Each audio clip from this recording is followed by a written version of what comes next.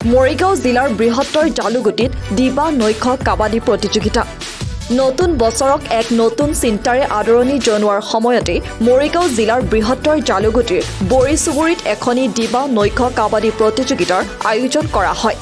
এই প্ৰতিযোগিতাত মুখ্য অতিথি হিচাপে উপস্থিত থাকি উদ্বোধনী ভাষণ ৰাখে তিৱা স্বায়ত্ত পৰিষদৰ 16 নং শৌলমাৰী সমষ্টিৰ নৱনিৰ্বাচিত সদস্য নয়নমণি দেউৰীয়ে।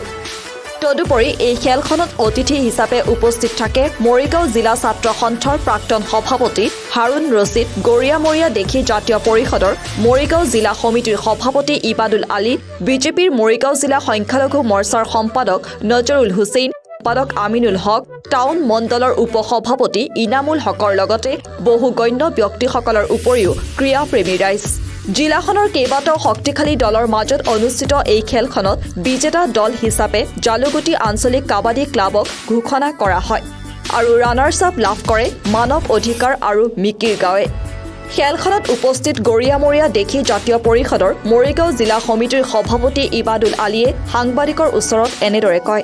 আচলতে যথেষ্ট ভালেই হৈছে। জালুগুটি আঞ্চলিকৰ সৌজন্যত আজি এই যি দিবা নৈশ কাবাডী প্ৰতিযোগিতা আয়োজন কৰা হৈছে। গ্ৰাম্য সমাজত ই এক প্ৰতিভা বিকাশৰ ভাল পথ।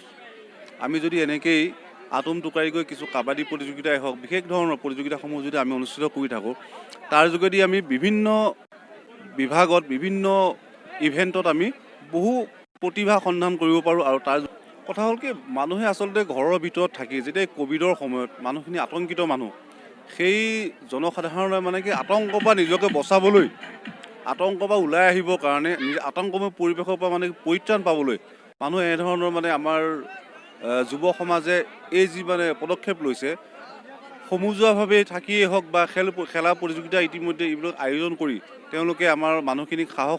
আনহাতে খেলখনৰ সৈতে ওতঃপ্ৰোতভাৱে জড়িত HYCPৰ জালুগুটি আঞ্চলিক সমিতিৰ উপদেষ্টা মিৰ্জাফুৰ ৰহমান আৰু আয়োজক সদস্য জেছমিন চুলতানাই এনেদৰে কয় আমাৰ সাংবাদিকৰ প্ৰশ্নত।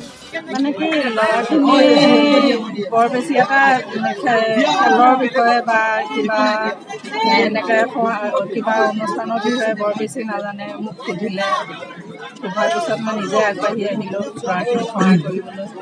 কাৰণ এই প্ৰথম পাতা হৈছে, নেক্সট হয়তো সিহঁতৰ অভিজ্ঞতা এটা হ'ব, হ'লে নেক্সট সিহঁতে নিজেই পাতিব পাৰিব। দিছে